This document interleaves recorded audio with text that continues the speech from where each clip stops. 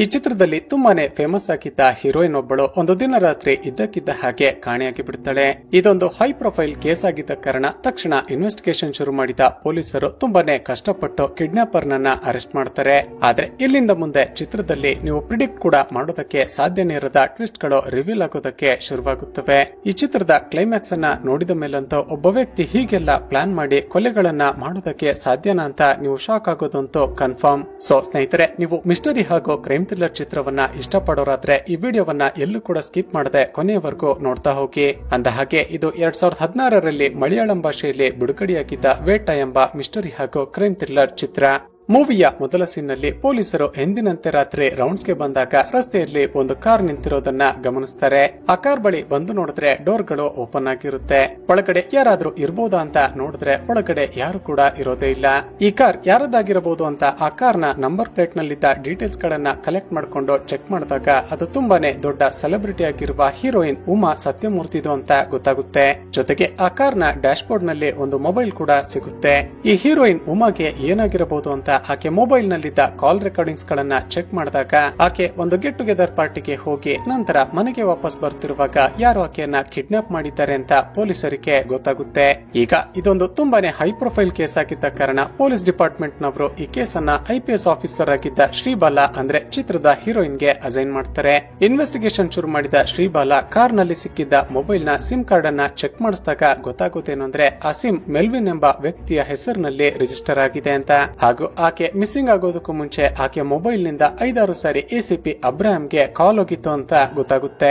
ಸ್ನೇಹಿತರೆ, ಈಗ ನಮಗೆ ಗೊತ್ತಾಗೋದೇನೆಂದ್ರೆ ಈ ಶ್ರೀಬಾಲಾ ಹಾಗೂ ಅಬ್ರಾಹಂ ಇವರಿಬ್ಬರು ಕೂಡ ಡಿಪಾರ್ಟ್ಮೆಂಟ್ ನಲ್ಲಿ ಒಳ್ಳೆಯ ಹೆಸರಿರುವ ಆಫೀಸರ್ಸ್ ಗಳು. ಜೊತೆಗೆ ಇವರಿಬ್ಬರು ಒಳ್ಳೆ ಫ್ರೆಂಡ್ಸ್ ಗಳು ಕೂಡ ಆಗಿರ್ತಾರೆ. ಶ್ರೀಬಾಲಾ ತಕ್ಷಣವೇ ಈ ಕೇಸ್ ನ ಫೈಲ್ ಅನ್ನ ತೆಗೆದುಕೊಂಡು ಹೋಗಿ ಅಬ್ರಾಹಂ ನನ್ನ ಮೀಟ್ ಮಾಡ್ತಾಳೆ. ಅಬ್ರಾಹಂ, ಆ ಹೀರೋಯಿನ್ ಮಿಸ್ಸಿಂಗ್ ಆಗೋದಕ್ಕೂ ಮುಂಚೆ ನಿನಗೆ 5-6 ಬಾರಿ ಕಾಲ್ ಮಾಡಿದ್ದಾಳೆ. ನಿನ್ಗೇನಾದ್ರೂ ಆಕೆ ಬಗ್ಗೆ ಇನ್ಫಾರ್ಮೇಶನ್ ಗೊತ್ತಿದ್ಯಾ ಅಂತ ಕೇಳ್ತಾಳೆ. ಅದಕ್ಕೆ ಅಬ್ರಾಹಂ, ಇಲ್ಲ, ಯಾರು ನನ್ಗೆ ಪದೇ ಪದೇ ಕಾಲ್ ಮಾಡಿ ಫ್ರಾಂಕ್ ಮಾಡ್ತಿರ್ಬೋದು ಅಂತ ಆ ಕಾಲ್ ಅನ್ನ ರಿಸೀವ್ ಮಾಡದೆ ಇಗ್ನೋರ್ ಮಾಡಿಬಿಟ್ಟೆ. ಇದನ್ನ ಬಿಟ್ರೆ ನನ್ಗೇನು ಕೂಡ ಗೊತ್ತಿಲ್ಲ ಅಂತ ಹೇಳ್ತೇನೆ. ಅದಕ್ಕೆ ಶ್ರೀಬಾಲಾ, ನೋಡು ಅಬ್ರಾಹಂ, ಆ ಹೀರೋಯಿನ್ ಮಿಸ್ಸಿಂಗ್ ಆಗೋದಕ್ಕೂ ಮುಂಚೆ ನಿನಗೇನೆ ಕಾಲ್ ಮಾಡಿದ್ದಾಳೆ ಅಂದ್ರೆ ಬೇರೆ ಏನೋ ರೀಸನ್ ಇರ್ಬೇಕಲ್ವಾ. ನೀನೊಂದು ಕೆಲಸ ಮಾಡು, ಈ ಕೇಸ್ ನ ಇನ್ವೆಸ್ಟಿಗೇಷನ್ ನಲ್ಲಿ ನನ್ಗೆ ಹೆಲ್ಪ್ ಮಾಡು. ಇಬ್ಬರು ಸೇರಿ ಈ ಕೇಸ್ ಅನ್ನ ಸಾಲ್ವ್ ಮಾಡೋಣ ಅಂತ ಹೇಳ್ತಾಳೆ. ಮೊದಲಿಗೆ ಅಬ್ರಾಹಂ, ಆಗೋದಿಲ್ಲ, ನನ್ಗೆ ಬೇರೆ ಕೇಸ್ಗಳು ಪೆಂಡಿಂಗ್ ನಲ್ಲಿದೆ ಅಂತ ಹೇಳ್ತೇನೆ. ಆದ್ರೆ ಶ್ರೀಬಾಲಾ ಅವನಿಗೆ ಫೋರ್ಸ್ ಮಾಡಿ ಆ ಕೇಸ್ ನ ಫೈಲ್ ಅನ್ನ ಅಲ್ಲೇ ಇಟ್ಟು ಹೋಗ್ತಾಳೆ. ACP ಅಬ್ರಾಹಂ ಬಗ್ಗೆ ನಮ್ಗೆ ಗೊತ್ತಾಗೋದೇನಂದ್ರೆ ಇವನ ಪರ್ಸನಲ್ ಲೈಫ್ ಹಾಗೂ ಪ್ರೊಫೆಷನಲ್ ಲೈಫ್ ಎರಡು ಕಡೆ ಕೂಡ ತುಂಬಾನೇ ಪ್ರಾಬ್ಲಮ್ಸ್ ಗಳನ್ನ ಫೇಸ್ ಮಾಡ್ತಿರ್ತಾನೆ. ಈತ ಮಕ್ಕಳ ಮೇಲೆ ಅತ್ಯಾಚಾರ ಮಾಡ್ತಿದ್ದ ಒಬ್ಬ ಕ್ರಿಮಿನಲ್ ನನ್ನ ಹಿಡಿದು ಎನ್ಕ್ವೈರಿ ಮಾಡ್ತಿದ್ದಾಗ ಆತ ಇವನ ಕಸ್ಟಡಿಯಲ್ಲಿ ಇರುವಾಗ್ಲೇ ಸತ್ತೋಗಿರ್ತಾನೆ. ಹೀಗಾಗಿ ಡಿಪಾರ್ಟ್ಮೆಂಟ್ ನವರು ಅದೊಂದು ಲಾಕ್ಅಪ್ ಡೆತ್ ಅಂತ ಇವನ ಮೇಲೆ ಕೇಸ್ ಫೈಲ್ ಮಾಡಿ ಇನ್ವೆಸ್ಟಿಗೇಷನ್ ಮಾಡೋದಕ್ಕೆ ಶುರು ಮಾಡಿರ್ತಾರೆ. ಮತ್ತೊಂದು ಕಡೆ ಮದುವೆಯಾಗಿ ಹಲವು ವರ್ಷಗಳೇ ಕಳೆದಿದ್ದರೂ ಕೂಡ ಇವನಿಗೆ ಮಕ್ಕಳಾಗಿರೋದಿಲ್ಲ. ಮೆಡಿಕಲ್ ಏನಾದ್ರೂ ಪ್ರಾಬ್ಲಮ್ ಇರಬಹುದಾ ಅಂತ ಚೆಕ್ ಮಾಡಿಸಿದಾಗ ಅಬ್ರಾಮ್ಗೆ ಮಕ್ಕಳಾಗೋದಿಲ್ಲ ಅಂತ ಗೊತ್ತಾಗಿರುತ್ತೆ. ಅಟ್ಲೀಸ್ಟ್ ಯಾವುದಾದ್ರೂ ಅನಾಥ ಮಗುವನ್ನ ದತ್ತು ಪಡೆದುಕೊಳ್ಳೋಣ ಅಂತ ತುಂಬಾ ಪ್ರಯತ್ನ ಪಟ್ಟರೂ ಕೂಡ ಕೊನೆ ಕ್ಷಣದಲ್ಲಿ ಏನಾದ್ರೂ ಅಡ್ಡಿ ಬಂದು ಅದು ಕೂಡ ಸಾಧ್ಯ ಆಗ್ತಿರೋದಿಲ್ಲ. ಹೀಗೆ ಇಷ್ಟೆಲ್ಲ ಪ್ರಾಬ್ಲಮ್ ಗಳನ್ನ ಫೇಸ್ ಮಾಡ್ತಿದ್ರು ಕೂಡ ಶ್ರೀಬಾಲಾ ತುಂಬಾನೇ ಫೋರ್ಸ್ ಮಾಡಿದ ಕಾರಣ ಅಬ್ರಹಾಂ ಈ ಕೇಸ್ ನ ಇನ್ವೆಸ್ಟಿಗೇಷನ್ ನಲ್ಲಿ ಭಾಗಿಯಾಗೋದಕ್ಕೆ ಒಪ್ಪಿಕೊಳ್ತಾನೆ. ಮೊದಲಿಗೆ ಆ ಹೀರೋಯಿನ್ ಉಮಾ ಕಾಣೆಯಾಗೋದಕ್ಕೂ ಮುಂಚೆ ಆಕೆ ಅಟೆಂಡ್ ಮಾಡಿದ್ದ ಗೆಟ್ ಟುಗೆದರ್ ಪಾರ್ಟಿಯಲ್ಲಿದ್ದ CCTV ಕ್ಯಾಮೆರಾದ ಫುಟೇಜ್ ಗಳನ್ನ ಚೆಕ್ ಮಾಡೋದಕ್ಕೆ ಶುರು ಮಾಡ್ತಾರೆ. ಅದರಲ್ಲಿ ಮೆಲ್ವಿನ್ ಎಂಬ ಒಬ್ಬ ವ್ಯಕ್ತಿ ಅನುಮಾನಾಸ್ಪದವಾಗಿ ಉಮಾಳನ್ನೇ ಫಾಲೋ ಮಾಡ್ತಿರೋದನ್ನ ಗಮನಿಸ್ತಾರೆ. ಪಾರ್ಟಿ ಮುಗಿದ ನಂತರವೂ ಕೂಡ ಆ ಮೆಲ್ವಿನ್ ಉಮಾಳನ್ನೇ ಫಾಲೋ ಮಾಡ್ತಾ ಹೋಗ್ತಿರೋದನ್ನ ಕೂಡ ಅಬ್ಸರ್ವ್ ಮಾಡ್ತಾರೆ. ಈ ಫುಟೇಜ್ ನೋಡಿದ ಅಬ್ರಾಹಂ ಹಾಗೂ ಶ್ರೀಬಾಲಾಗೆ ಆ ಮೆಲ್ವಿನ್ ಮೇಲೆನೆ ಅನುಮಾನ ಶುರುವಾಗುತ್ತೆ. ತಕ್ಷಣವೇ ಅವನ ಡೀಟೇಲ್ಸ್ ಗಳನ್ನ ಪತ್ತೆ ಮಾಡಿ ಆತ ವಾಸ ಮಾಡ್ತಿದ್ದ ಅಪಾರ್ಟ್ಮೆಂಟ್ ಗೆ ಹೋಗಿ ಅರೆಸ್ಟ್ ಮಾಡಬೇಕು ಅಂತ ಟ್ರೈ ಮಾಡ್ತಿದ್ದಾಗ ಆತ ತಪ್ಪಿಸಿಕೊಂಡು ಹೋಗೋದಕ್ಕೆ ಪ್ರಯತ್ನ ಪಡ್ತಾನೆ. ಕೊನೆಗೂ ತುಂಬಾ ಹೊತ್ತು ಅವನ ಜೊತೆ ಫೈಟ್ ಮಾಡಿ ಪೊಲೀಸರು ಅವನನ್ನ ಪೊಲೀಸ್ ಸ್ಟೇಷನ್ ಗೆ ಎಳೆದುಕೊಂಡು ಬರ್ತಾರೆ. ಈಗ ಪೊಲೀಸರು ಅರೆಸ್ಟ್ ಮಾಡಿರುವ ಈ ಮೆಲ್ವಿನ್ ಯಾರು ಅಂತ ಒಂದು ಫ್ಲಾಶ್ ಬ್ಯಾಕ್ ಅನ್ನ ತೋರಿಸಲಾಗುತ್ತೆ. ಸ್ನೇಹಿತರೆ, ಈ ಮೆಲ್ವಿನ್ ಕೋರ್ಟ್ ನಲ್ಲಿ ಶಾರ್ಟ್ ಹ್ಯಾಂಡ್ ಟೈಪಿಸ್ಟ್ ಆಗಿ ಕೆಲಸ ಮಾಡ್ತಿರ್ತಾನೆ. ಕೆಲವು ತಿಂಗಳ ಹಿಂದೆ ಇವನ ಮಗಳು ಇದ್ದಕ್ಕಿದ್ದ ಹಾಗೆ ಕಾಣೆಯಾಗಿರ್ತಾಳೆ. ಪೊಲೀಸರು ಎಷ್ಟೇ ಹುಡುಕಿದ್ರು ಕೂಡ ಆಕೆ ಏನಾದ್ಲು ಅಂತಾನೆ ಗೊತ್ತಾಗಿರೋದಿಲ್ಲ. ಇವನ ಹೆಂಡತಿ ತಮ್ಮ ಮಗಳು ಕಾಣೆಯಾದ್ಲಲ್ಲ ಅಂತ ಅದೇ ಕೊರಗಿನಲ್ಲಿ ಡಿಪ್ರೆಷನ್ ಗೆ ಒಳಗ ಒಳಗಾಗಿ ಕೊನೆಗೆ ಡ್ರಗ್ಸ್ ಕನ್ಸ್ಯೂಮ್ ಮಾಡೋದಕ್ಕೆ ಶುರು ಮಾಡಿರ್ತಾಳೆ. ಕೊನೆಗೊಂದು ದಿನ ಅದೇ ಡ್ರಗ್ಸ್ ನ ನಶೆಯಲ್ಲಿ ತಮ್ಮ ಫ್ಲಾಟ್ ನ ಬಾಲ್ಕನಿಯಿಂದ ಕೆಳಗಡೆ ಬಿದ್ದು ಆನ್ ದ ಸ್ಪಾಟ್ ಸತ್ತು ಹೋಗಿರ್ತಾಳೆ. ಹೀಗೆ ತನ್ನ ಮಗಳನ್ನ ಹಾಗೂ ಹೆಂಡತಿಯನ್ನ ಕಳೆದುಕೊಂಡಿದ್ದ ಮೆಲ್ವಿನ್ ತನ್ನ ಅಪಾರ್ಟ್ಮೆಂಟ್ ನಲ್ಲಿ ಒಬ್ಬನೇ ವಾಸ ಮಾಡ್ತಿರ್ತಾನೆ. ಈಗ ಪ್ರೆಸೆಂಟ್ ನಲ್ಲಿ ಶ್ರೀಬಾಲ, ಹೇಳು ಮೆಲ್ವಿನ್, ಉಮಾಳನ್ನ ಯಾಕೆ ಕಿಡ್ನಾಪ್ ಮಾಡಿದೆ, ಆಕೆಗೆ ಏನ್ ಮಾಡಿದೆ ಅಂತ ಕೇಳ್ತಾಳೆ. ಅದಕ್ಕೆ ಈತ ನಗುತ್ತಾ, ನೀವೇನು ಯೋಚನೆ ಮಾಡ್ಬೇಡಿ, ಆಕೆಯನ್ನ ಯಾವ ಜಾಗಕ್ಕೆ ಕಳುಹಿಸಬೇಕಾಗಿತ್ತೋ ಅಲ್ಲಿಗೆ ಕಳುಹಿಸಿಕೊಟ್ಟಿದ್ದೀನಿ. ಆಕೆಯನ್ನ ಕಳುಹಿಸಿಕೊಡೋದಕ್ಕೂ ಮುಂಚೆ ಆಕೆಗೆ ನೋವಾಗದ ಹಾಗೆ ನೋಡಿಕೊಂಡಿದ್ದೀನಿ ಅಂತ ವಿಚಿತ್ರವಾಗಿ ನಗ್ತಾ ಹೇಳ್ತಾನೆ. ಇದನ್ನ ಕೇಳಿದ ಇವರಿಬ್ಬರಿಗೂ ಶಾಕ್ ಆಗುತ್ತೆ. ಏನು, ಉಮಾಳನ್ನ ಕೊಲೆ ಮಾಡ್ದ, ಆಕೆಯನ್ನ ಯಾಕೆ ಕೊಲೆ ಮಾಡ್ದೆ ಅಂತ ವಿಚಾರಿಸ್ತಾರೆ. ಅದಕ್ಕೆ ಮೆಲ್ವಿನ್ ಒಂದು ಫ್ಲಾಶ್ ಬ್ಯಾಕ್ ಹೇಳೋದಕ್ಕೆ ಶುರು ಮಾಡ್ತಾನೆ. ಕೆಲವು ದಿನಗಳ ಹಿಂದೆ ಮೆಲ್ವಿನ್ ಕೆಲಸಕ್ಕೆ ಹೋಗಿದ್ದಾಗ ಇವನ ಹೆಂಡತಿ ಶರೀನ್ ಬೇರೊಬ್ಬ ವ್ಯಕ್ತಿಯ ಜೊತೆ ಸುತ್ತಾಡ್ತಿರೋದನ್ನ ಇವನ ಫ್ರೆಂಡ್ ನೋಡಿ ಇನ್ಫಾರ್ಮ್ ಮಾಡಿರ್ತಾನೆ.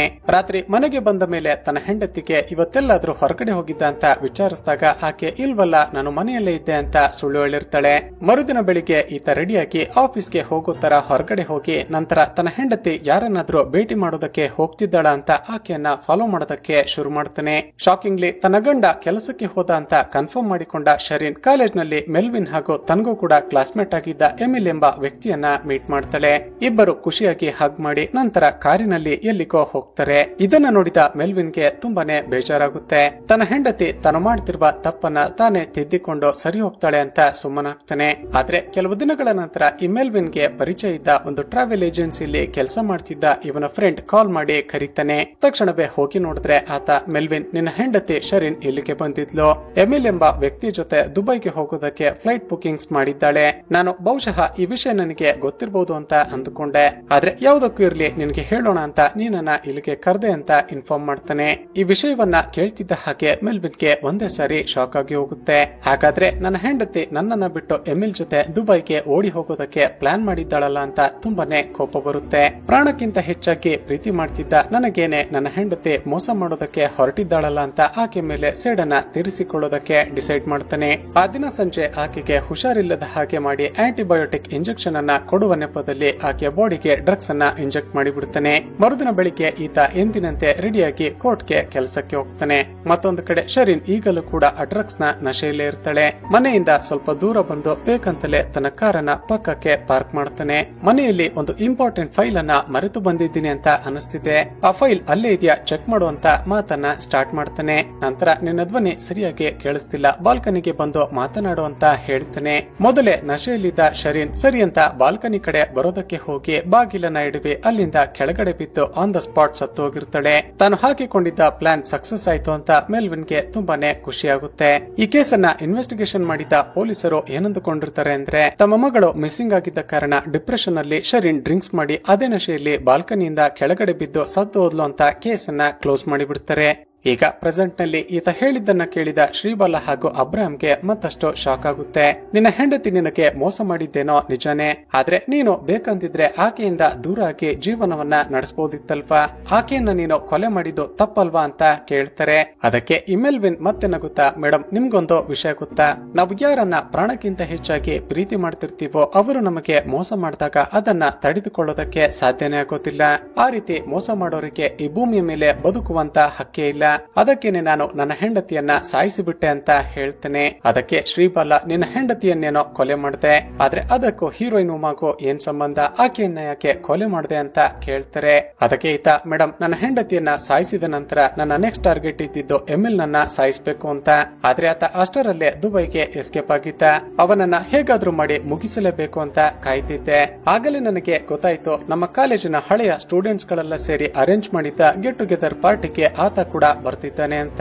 ಅವನನ್ನ ಹೇಗಾದ್ರೂ ಮಾಡಿ ಆ ಪಾರ್ಟಿಯಲ್ಲೇ ಮುಗಿಸಿ ಬಿಡಬೇಕು ಅಂತ ಡಿಸೈಡ್ ಮಾಡಿ ಫಾಲೋ ಮಾಡೋದಕ್ಕೆ ಶುರು ಮಾಡ್ದೆ.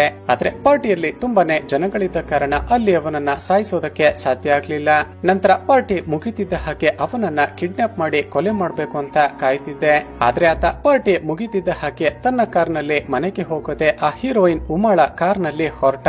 ಅವರ ಕಾರನ್ನೇ ಫಾಲೋ ಮಾಡ್ತಾ ಹೋದ ನಾನು ಸುತ್ತಮುತ್ತ ಯಾರು ಕೂಡ ಇಲ್ಲದ ಜಾಗವನ್ನ ನೋಡಿ ಅವರ ಕಾರನ್ನ ಅಡ್ಡ ಹಾಕಿ ಇಬ್ಬರಿಗೂ ಪ್ರಜ್ಞೆ ತಪ್ಪುವ ಇರುವ ಸ್ಪ್ರೇ ಅನ್ನ ಮಾಡಿಬಿಟ್ಟೆ.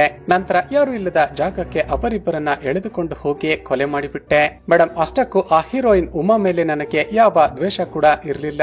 ಆದ್ರೆ ಆ ದಿನ ನಾನು ಉಮಾಳನ್ನ ಬಿಟ್ಟು ಕೇವಲ ಎಮಿಲ್ ನನ್ನ ಮಾತ್ರ ಕಿಡ್ನಾಪ್ ಮಾಡಿದ್ರೆ ಆಕೆ ಖಂಡಿತ ಪೊಲೀಸರಿಗೆ ಇನ್ಫಾರ್ಮ್ ಮಾಡ್ತಿದ್ಲು. ಹೀಗಾಗಿ ಅವಳನ್ನ ಕೂಡ ಕಿಡ್ನಾಪ್ ಮಾಡಿಕೊಂಡು ಹೋಗಿ ಕೊಲೆ ಮಾಡಬೇಕಾಯ್ತು ಅಂತ ಮತ್ತೆ ವಿಚಿತ್ರವಾಗಿ ನಗುತ್ತಾ ಹೇಳ್ತೇನೆ. ಸರಿ, ಅವರಿಬ್ಬರ ಡೆಡ್ ಬಾಡಿಗಳು ಎಲ್ಲಿದೆ ಅಂತ ಕೇಳಿದಾಗ ಆ ಬಾಡಿಗಳು ಸಿಗದ ಹಾಗೆ ಕಾಡಿನ ಒಳಗಡೆ ಬಿಸಾಕಿದ್ದೀನಿ ಅಂತ ಹೇಳ್ತೇನೆ. ತಕ್ಷಣವೇ ಪೊಲೀಸರ ಟೀಮ್ ಅವರಿಬ್ಬರ ಡೆಡ್ ಬಾಡಿ ಎಲ್ಲಿದೆ ತೋರ್ಸು ಅಂತ ಮೆಲ್ವಿನ್ ಅನ್ನ ಕರೆದುಕೊಂಡು ಆತ ಹೇಳಿದ ಕಾಡಿಗೆ ಬರ್ತಾರೆ. ಆದ್ರೆ ಆ ದಿನ ತುಂಬಾನೇ ಕತ್ತಲಿದ್ದ ಕಾರಣ ಹಾಗೂ ಕಾಡಿನಲ್ಲಿ 21 ದಿನಗಳ ಕಾಲ ಮಂಜು ಕವಿಯುವ ಸಮಯದಲ್ಲಿ ಬಾಡಿಯನ್ನ ಡಿಸ್ಪೋಸ್ ಮಾಡಿದ್ದ ಕಾರಣ ಡೆಡ್ ಬಾಡಿಗಳನ್ನ ಎಲ್ಲಿ ಬಿಸಾಕ್ತೆ ಅಂತ ಕನ್ಫ್ಯೂಷನ್ ಆಗ್ತಿದೆ ಅಂತ ಹೇಳ್ತೇನೆ.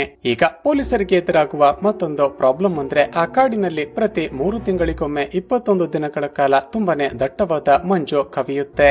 ಆ ಸಮಯದಲ್ಲಿ ಆ ಕಾಡಿನ ದಾರಿಯಲ್ಲಿ ಓಡಾಡುವ ಗಾಡಿಗಳು ಕೂಡ ಕಾಣಿಸುತ್ತಿರೋದಿಲ್ಲ. ಈಗ ಆ ಡೆಡ್ ಬಾಡಿಗಳನ್ನ ಹೇಗಾದ್ರೂ ಮಾಡಿ ಆದಷ್ಟು ಬೇಗ ರಿಕವರ್ ಮಾಡಿಕೊಳ್ಬೇಕು ಅಂತ ಇವರಿಬ್ಬರಿಗೆ ತುಂಬಾನೇ ಪ್ರೆಷರ್ ಶುರುವಾಗುತ್ತೆ. ಮರುದಿನ ಮತ್ತೆ ಮೆಲ್ವಿನ್ ಅನ್ನ ಕೂರಿಸಿಕೊಂಡು ಇನ್ವೆಸ್ಟಿಗೇಷನ್ ಮಾಡೋದಕ್ಕೆ ಶುರು ಮಾಡ್ತಾರೆ. ಆದ್ರೆ ಈ ಮೆಲ್ವಿನ್ ನೋಡಿದ್ರೆ ಅಬ್ರಾಮ್ ನನ್ನ ನೋಡಿ ನಗುತ್ತಾ, ಸರ್, ನಿಮಗೆ 100% ನಂಬಿಕೆ ಇದೆಯಾ? ನಿಮ್ಮ ಹೆಂಡತಿ ನಿಮಗೆ ಮೋಸ ಮಾಡೋದಿಲ್ಲ ಅಂತ. ನಂತರ ಶ್ರೀಬಾಲಾಳನ್ನ ನೋಡಿ, ಮೇಡಮ್, ನಿಮ್ಗೂ ಕೂಡ 100% ನಂಬಿಕೆ ಇದೆಯಾ? ನೀವು ಮದುವೆ ಆಗಿರುವ ನಿಮ್ಮ ಗಂಡ ನಿಮಗೆ ಮೋಸ ಮಾಡ್ತಿಲ್ವಾ ಅಂತ ಕೇಳ್ತೇನೆ. ಇವನ ಮಾತುಗಳನ್ನ ಕೇಳಿದ ಇವರಿಬ್ಬರಿಗೂ ತುಂಬಾನೇ ಕೋಪ ಬರುತ್ತೆ. ತಲೆ ಹರಟೆ ಮಾತನಾಡಬೇಡ, ನಾವು ಕೇಳಿದ್ದಕ್ಕಷ್ಟೇ ಉತ್ತರ ಕೊಡು. ಆ ಡೆಡ್ ಬಾಡಿಗಳನ್ನ ಎಲ್ಲಿ ಡಿಸ್ಪೋಸ್ ಮಾಡದೆ ಸರಿಯಾಗಿ ನೆನಪಿಸಿಕೊಂಡು ಹೇಳು ಅಂತ ಹೆದರಿಸ್ತಾರೆ. ಅಷ್ಟರಲ್ಲೇ ಪೊಲೀಸ್ ಕಸ್ಟಡಿಯ ಸಮಯ ಮುಗಿದಿದ್ದ ಕಾರಣ ಇವನನ್ನ ವಿಚಾರಣಾಧೀನ ಕೈದಿಯಾಗಿ ಜೈಲಿಗೆ ಶಿಫ್ಟ್ ಮಾಡ್ತಾರೆ. ಇಲ್ಲಿಗೆ ಸೀನ್ ಕಟ್ಟಾಕಿ 2 ದಿನಗಳ ನಂತರ ಅಬ್ರಹಾಂ ಪೊಲೀಸ್ ಸ್ಟೇಷನ್ ನಲ್ಲಿದ್ದಾಗ ಇವನ ಮೊಬೈಲ್ಗೆ ಇವನ ಅಕೌಂಟ್ ನಿಂದ 5 ಲಕ್ಷ ರೂಪಾಯಿ ವಿತ್ಡ್ರಾ ಆಗಿದೆ ಅಂತ ಮೆಸೇಜ್ ಬರುತ್ತೆ.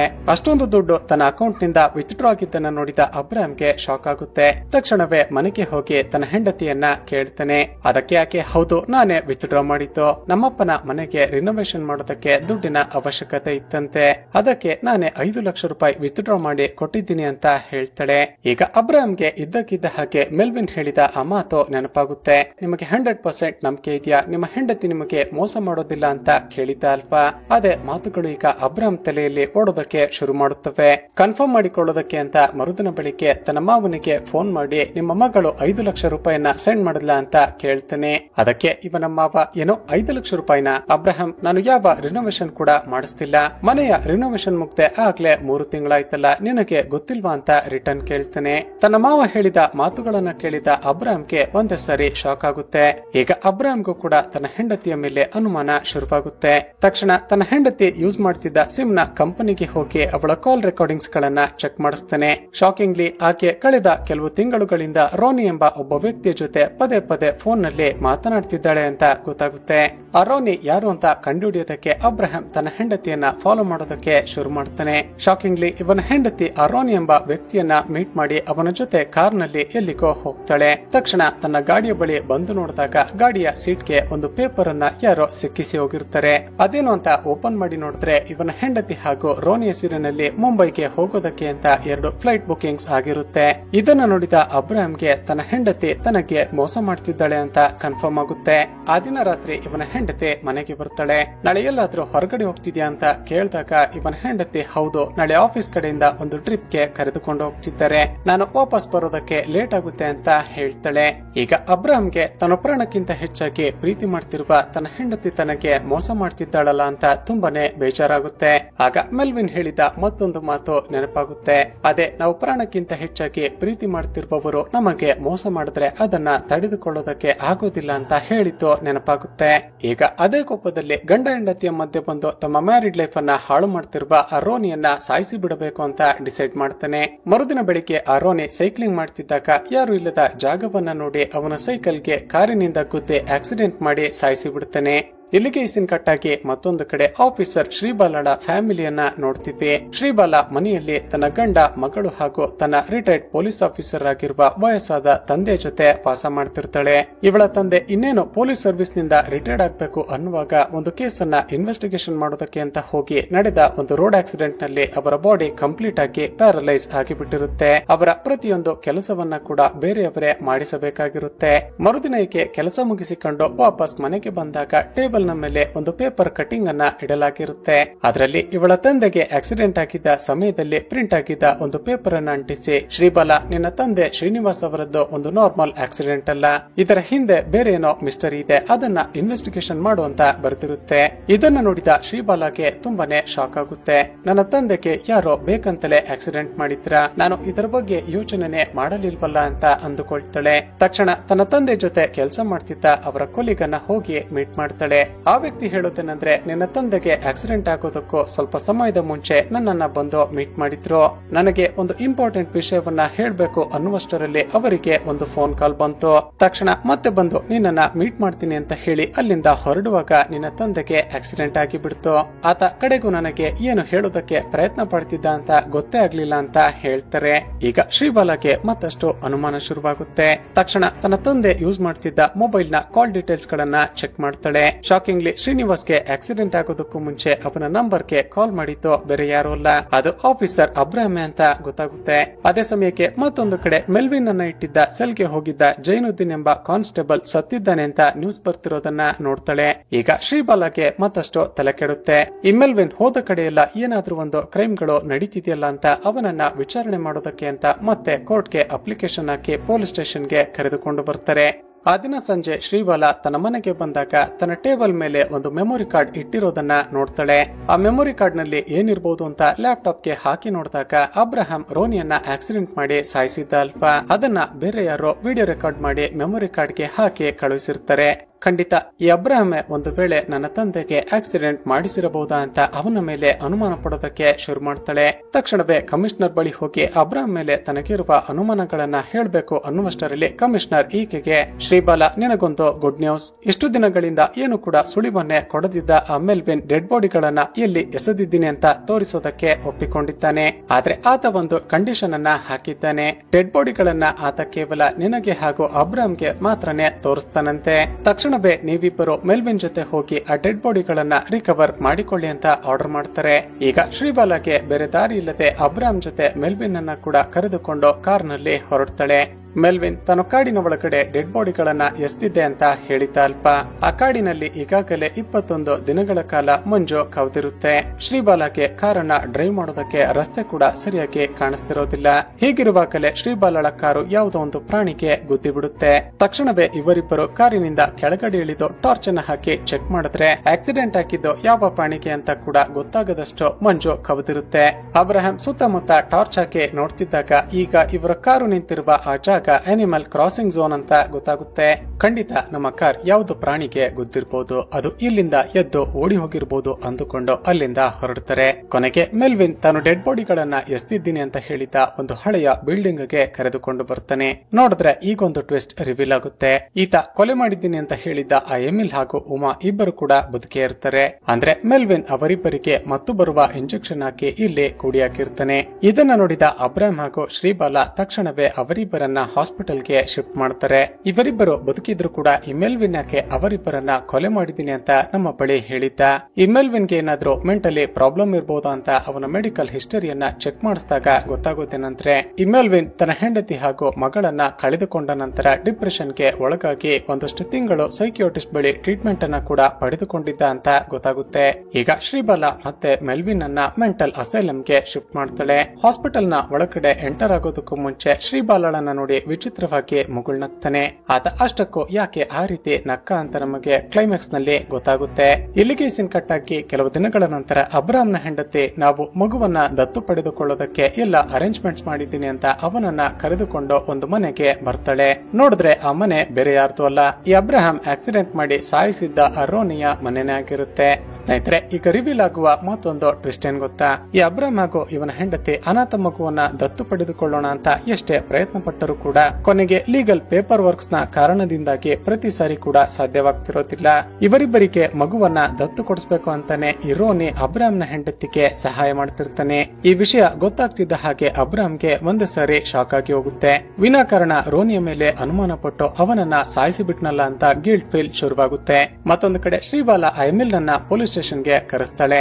ಇಲ್ಲಿವರೆಗೂ ಏನಾಯ್ತೋ ಎಲ್ಲವನ್ನ ಮರೆತು ಬಿಡು. ಮೆಲ್ವಿನ್ ನ ಹೆಂಡತಿ ಶರೀನ್ ಜೊತೆ ನೀನು ಇಟ್ಟುಕೊಂಡಿದ್ದ ಇಲ್ಲಿಗಲ್ ಅಫೇರ್ ಅನ್ನ ಕೂಡ ಮರೆತು ಇನ್ ಮುಂದೆ ಒಳ್ಳೆ ವ್ಯಕ್ತಿಯಾಗಿ ಜೀವನ ಮಾಡುವಂತ ಹೇಳ್ತಾಳೆ. ಆದ್ರೆ ಈಕೆ ಮಾತುಗಳನ್ನ ಕೇಳಿದ ಎಮಿಲ್ ಶಾಕ್ ಆಗಿ, ಮೇಡಮ್ ಏನ್ ಹೇಳ್ತಿದ್ದೀರಾ, ನೀವು ಹೇಳ್ತಿರುವ ಶರೀನ್ ಯಾರು, ನಾನ್ ಯಾಕೆ ಆಕೆಯ ಜೊತೆ ಅಫೇರ್ ಅನ್ನ ಇಟ್ಕೊಳ್ಳಿ ಅಂತ ಕೇಳ್ತಾನೆ. ಎಮಿಲ್ ತಮಾಷೆ ಮಾಡ್ಬೇಡ, ಮೆಲ್ವಿನ್ ಎಲ್ಲವನ್ನ ನನ್ನ ಬಳಿ ಹೇಳಿಕೊಂಡಿದ್ದಾನೆ.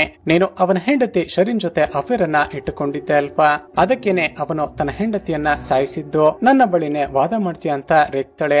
ಅದಕ್ಕೆ ಆತ, ಮೇಡಮ್ ನಾನ್ ಯಾಕೆ ಶರೀನ್ ಜೊತೆ ಅಫೇರ್ ಅನ್ನ ಇಟ್ಕೊಳ್ಳಿ, ನಿಮ್ಗೆ ಯಾರೋ ರಾಂಗ್ ಇನ್ಫಾರ್ಮೇಶನ್ ಅನ್ನ ಕೊಟ್ಟಿದ್ದಾರೆ. ಅಷ್ಟಕ್ಕೂ ಈಗ ನನಗೆ ಆ ಮೆಲ್ವಿನ್ ಹಾಗೂ ಅವನ ಹೆಂಡತಿ ಎಲ್ಲಿ ವಾಸ ಮಾಡ್ತಿದ್ದಾರೆ ಅನ್ನೋದು ಕೂಡ ಗೊತ್ತಿಲ್ಲ.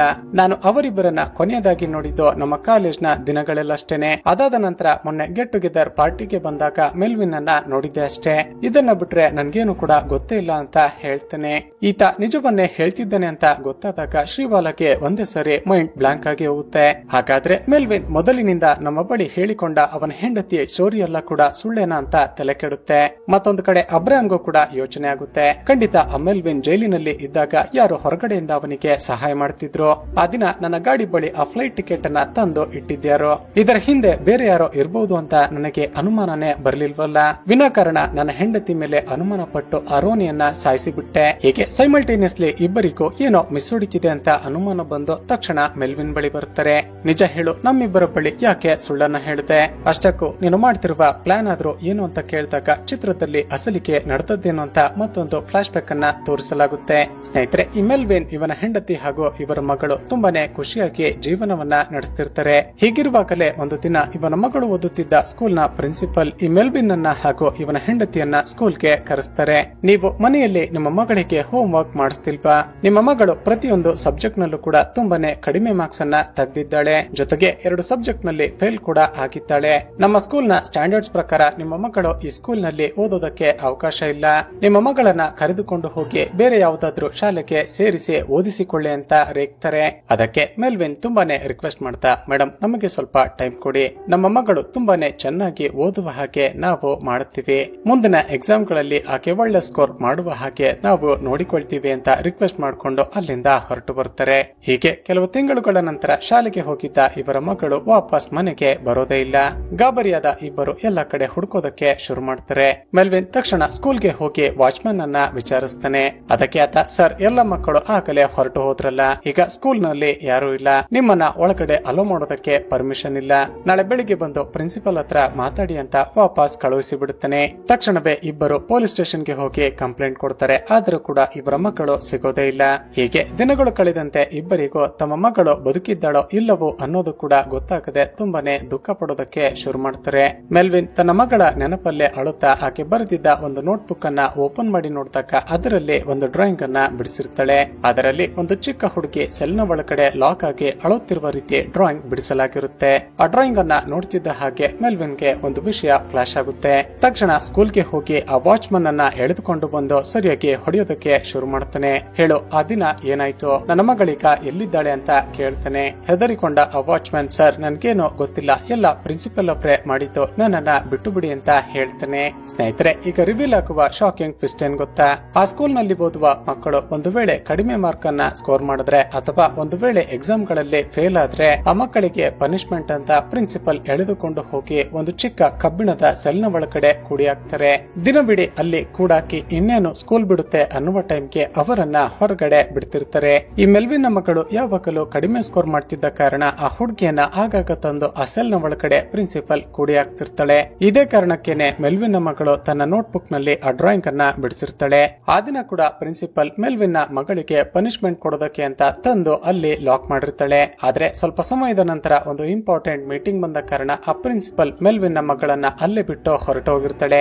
ಈ ವಿಷಯ ಗೊತ್ತಿಲ್ಲದೆ ಆ ಸ್ಕೂಲ್ ನಲ್ಲಿ ಕೆಲಸ ಮಾಡ್ತಿದ್ದ ಬೇರೆ ಎಲ್ಲ ಸ್ಟಾಫ್ ಗಳು ಎಂದಿನಂತೆ ಸ್ಕೂಲ್ ಬಿಟ್ಟ ಮೇಲೆ ಲಾಕ್ ಮಾಡ್ಕೊಂಡು ಮನೆಗೆ ಹೊರಟು ಹೋಗಿರ್ತಾರೆ. ಬೆಳಗಿನಿಂದ ಊಟ ನೀರಿಲ್ಲದೆ ಆ ಸೆಲ್ ನ ಒಳಗಡೆ ಇದ್ದ ಮೆಲ್ವಿನ್ ನ ಮಗಳು ಕೊನೆಗೆ ಹಸಿವು ಹಾಗೂ ಬಾಯಾರಿಕೆಯಿಂದ ಸತ್ತು ಹೋಗಿರ್ತಾಳೆ. ಆ ದಿನ ರಾತ್ರಿ ಮೀಟಿಂಗ್ ಮುಗಿಸಿಕೊಂಡು ಮನೆಗೆ ಹೋದ ನಂತರ ಆ ಸ್ಕೂಲ್ ಪ್ರಿನ್ಸಿಪಲ್ಗೆ ನೆನಪಾಗಿರುತ್ತೆ ತಾನು ಮೆಲ್ವಿನ್ ನ ಮಗಳನ್ನ ಕೂಡಿ ಹಾಕಿದ್ದೆ ಅಂತ. ತಕ್ಷಣ ಸ್ಕೂಲ್ಗೆ ಓಡಿ ಬಂತು ನೋಡಿದ್ರೆ ಆ ಹುಡುಗಿ ಆಗಲೇ ಸತ್ತೋಗಿರ್ತಾಳೆ. ಈ ವಿಷಯವನ್ನ ಬೇರೆ ಯಾರಿಗಾದ್ರೂ ಹೇಳಿದ್ರೆ ನಿನ್ನನ್ನ ಜೀವಂತವಾಗಿ ಬಿಡೋದಿಲ್ಲ ಅಂತ ಆ ವಾಚ್ಮನ್ ಗೆ ಹೆದರಿಸಿರ್ತಾರೆ. ಮೆಲ್ವಿನ್ ಆ ವಾಚ್ಮನ್ ಹೇಳಿದ ಸ್ಟೇಟ್ಮೆಂಟ್ ಅನ್ನ ತನ್ನ ಮೊಬೈಲ್ ನಲ್ಲಿ ರೆಕಾರ್ಡ್ ಮಾಡಿಕೊಂಡು ಹೋಗಿ ಪೊಲೀಸರಿಗೆ ಕೊಡ್ತಾನೆ. ಆದ್ರೆ ಪೊಲೀಸರು ನೋಡಿದ್ರೆ ಮೆಲ್ವಿನ್ ಮೆಂಟಲಿ ಸ್ಟೇಬಲ್ ಇಲ್ಲ ಅಂತ ಅವನನ್ನೇ ಎಳೆದುಕೊಂಡು ಹೋಗ್ತಾರೆ. ಅಷ್ಟಕ್ಕೂ ಆ ಸ್ಕೂಲ್ ನ ಪ್ರಿನ್ಸಿಪಲ್ ಪ್ರಿನ್ಸಿಪಲ್ ಹಾಗೂ ಓನರ್ ಇಬ್ಬರು ಸೇರಿ ಪೊಲೀಸರಿಗೆ ಲಂಚ ಕೊಟ್ಟು ಈ ಕೇಸನ್ನ ಮುಚ್ಚಿ ಹಾಕ್ಸಿರ್ತಾರೆ. ಸ್ನೇಹಿತರೆ, ನೀವೀಗ ಒಂದು ವಿಷಯವನ್ನ ಅಬ್ಸರ್ವ್ ಮಾಡಿರ್ತೀರಾ. ಅಷ್ಟಕ್ಕೂ ಆ ಸ್ಕೂಲ್ ನ ಓನರ್ ಬೇರೆ ಯಾರು ಅಲ್ಲ, ಅದು ಅಬ್ರಹಾಂ ಸಾಯಿಸಿರುವ ರೋನಿನೇ ಆಗಿರ್ತಾನೆ. ಈಗ ಗೊತ್ತಾಗುವ ಮತ್ತೊಂದು ಶಾಕಿಂಗ್ ಟ್ವಿಸ್ಟ್ ಏನ್ ಗೊತ್ತಾ? ಮೆಲ್ವಿನ್ ನ ಹೆಂಡತಿ ಶರೀನ್ಲನ್ನ ಕೂಡ ಕೊಲೆ ಮಾಡಿದ್ದು ಈ ರೋನಿನೇ. ಒಂದು ವೇಳೆ ಇವರ ಮಗಳು ತಮ್ಮ ಸ್ಕೂಲ್ ನಲ್ಲಿ ಸತ್ತು ಹೋದ್ಲು ಅಂತ ಹೊರಗಡೆ ಗೊತ್ತಾದ್ರೆ ತಮ್ಮ ಸ್ಕೂಲ್ ನ ರೆಪ್ಯುಟೇಷನ್ ಹಾಳಾಗುತ್ತೆ ಅಂತ ಮೆಲ್ವಿನ್ ಅನ್ನ ಪೊಲೀಸರು ಎಳೆದುಕೊಂಡು ಹೋಗಿದ್ದ ಸಮಯದಲ್ಲಿ ಮನೆಗೆ ಬಂದಿದ್ದ ಆ ರೋನಿ ಶರೀನ್ಗೆ ಮತ್ತು ಬರುವ ಡ್ರಗ್ಸ್ ಅನ್ನ ಇಂಜೆಕ್ಟ್ ಮಾಡಿ ಬಾಲ್ಕನಿಯಿಂದ ಆಕೆಯನ್ನ ಕೆಳಗಡೆ ತಳ್ಳಿ ಸಾಯಿಸಿ ಬಿಟ್ಟಿರ್ತಾನೆ. ಈಗ ಪ್ರೆಸೆಂಟ್ ನಲ್ಲಿ ಮೆಲ್ವಿನ್, ನಾನು ಪ್ರತಿಯೊಬ್ಬರಿಗೂ ಕೂಗಿ ಕೂಗಿ ಹೇಳ್ದೆ ನಾನು ಹುಚ್ಚ ಅಲ್ಲ, ನನ್ನ ಮಕ್ಕಳ ಸಾವಿಗೆ ರೋನಿ ಹಾಗೂ ಆ ಸ್ಕೂಲ್ ಪ್ರಿನ್ಸಿಪಲ್ಲೇ ಕಾರಣ ಅಂತ. ಆದ್ರೆ ಯಾರು ಕೂಡ ನನ್ನ ಮಾತನ್ನ ಕೇಳಲಿಲ್ಲ. ಆದ್ರೆ ನನ್ನ ಮಾತನ್ನ ನಂಬಿದ್ದು ಕೇವಲ ಒಬ್ಬರೇ ಒಬ್ಬ ಪೊಲೀಸ್, ಅದು ನಿಮ್ಮ ತಂದೆ ಶ್ರೀನಿವಾಸ್ ಅಂತ ಮತ್ತೊಂದು ಫ್ಲಾಶ್ ಬ್ಯಾಕ್ ಹೇಳೋದಕ್ಕೆ ಶುರು ಮಾಡ್ತಾನೆ. ಸ್ನೇಹಿತರೆ, ಆ ದಿನ ಈ ಮೆಲ್ವಿನ್ ಒಬ್ಬ ಹುಚ್ಚ ಅಂತ ಪೊಲೀಸರು ಎಳೆದುಕೊಂಡು ಹೋಗ್ತಿದ್ರು ಅಲ್ವಾ. ಆಗ ಸ್ಟೇಷನ್ ನಲ್ಲಿ ಇನ್ಸ್ಪೆಕ್ಟರ್ ಆಗಿದ್ದು ಬೇರೆ ಯಾರು ಅಲ್ಲ, ಅದು ಈ ಶ್ರೀಬಾಲಳ ತಂದೆ ಶ್ರೀನಿವಾಸ್. ಜೀಪ್ ನಲ್ಲಿ ಕರೆದುಕೊಂಡು ಹೋಗ್ತಿದ್ದಾಗ ಮೆಲ್ವಿನ್ ಎಲ್ಲ ನಡೆದ ವಿಷಯವನ್ನ ಹೇಳಿ ಶ್ರೀನಿವಾಸ್ಗೆ ಒಂದು ಮೆಮೊರಿ ಕಾರ್ಡ್ ಅನ್ನ ಕೊಟ್ಟಿರ್ತಾನೆ. ಅದರಲ್ಲಿ ಆ ವಾಚ್ ಮ್ಯಾನ್ ಕನ್ಫೆಸ್ ಮಾಡಿದ ವಿಡಿಯೋ ರೆಕಾರ್ಡಿಂಗ್ ಇರುತ್ತೆ. ಶ್ರೀನಿವಾಸ್ ಆ ಮೆಮೊರಿ ಕಾರ್ಡ್ ಅನ್ನ ಲ್ಯಾಪ್ಟಾಪ್ ಗೆ ಹಾಕಿ ಚೆಕ್ ಮಾಡಿದಾಗ ಗೊತ್ತಾಗಿರುತ್ತೆ ಮೆಲ್ವಿನ್ ನ ಮಗಳ ಸಾವಿಗೆ ಕಾರಣ ಆ ಪ್ರಿನ್ಸಿಪಲ್ ಹಾಗೂ ರೋನಿ ಅಂತ. ಮತ್ತೊಂದು ಕಡೆ ಆ ಮೆಲ್ವಿನ್ ಶ್ರೀನಿವಾಸ್ಗೆ ಕೊಟ್ಟಿದ್ದ ಆ ಮೆಮೊರಿ ಕಾರ್ಡ್ ಅನ್ನ ಜೈನುದ್ದೀನ್ ಎಂಬ ಕಾನ್ಸ್ಟೇಬಲ್ ನೋಡಿಬಿಟ್ಟಿರ್ತಾನೆ. ಸ್ನೇಹಿತರೆ, ಈ ಕಾನ್ಸ್ಟೇಬಲ್ ಜೈನುದ್ದೀನ್ ಯಾರು ಅಂತ ಗೊತ್ತಾಯ್ತು ಅಲ್ವಾ. ಈತನೇ ರೌಂಡ್ಸ್ ಗೆ ಅಂತ ಹೋಗಿದ್ದಾಗ ಮೆಲ್ವಿನ್ ನ ಸೆಲ್ ನಲ್ಲಿ ಸತ್ತಿದ್ದು. ತಕ್ಷಣವೇ ಈ ಜೈನುದ್ದೀನ್ ರೋನಿಗೆ ಕಾಲ್ ಮಾಡಿ ನಿಮ್ಮ ಸ್ಕೂಲ್ ನಲ್ಲಿ ಕೆಲಸ ಮಾಡ್ತಿರುವ ಆ ವಾಚ್ ಮ್ಯಾನ್ ಕೊಟ್ಟಿರುವ ಸ್ಟೇಟ್ಮೆಂಟ್ ನ ವಿಡಿಯೋವನ್ನ ರೆಕಾರ್ಡ್ ಮಾಡಿ ಮೆಲ್ವಿನ್ ಒಂದು ಮೆಮೊರಿ ಕಾರ್ಡ್ ನಲ್ಲಿ ಸ್ಟೋರ್ ಮಾಡಿ ಆಫೀಸರ್ ಶ್ರೀನಿವಾಸ್ಗೆ ಕೊಟ್ಟಿದ್ದಾನೆ. ಹೇಗಾದ್ರೂ ಮಾಡಿ ಅವನನ್ನ ಮುಗಿಸಿಬಿಡಿ, ಇಲ್ಲಾಂದ್ರೆ ನೀವು ಜೈಲಿಗೆ ಹೋಗೋದು ಕನ್ಫರ್ಮ್ ಅಂತ ಇನ್ಫಾರ್ಮೇಶನ್ ಕೊಟ್ಟಿರ್ತಾನೆ.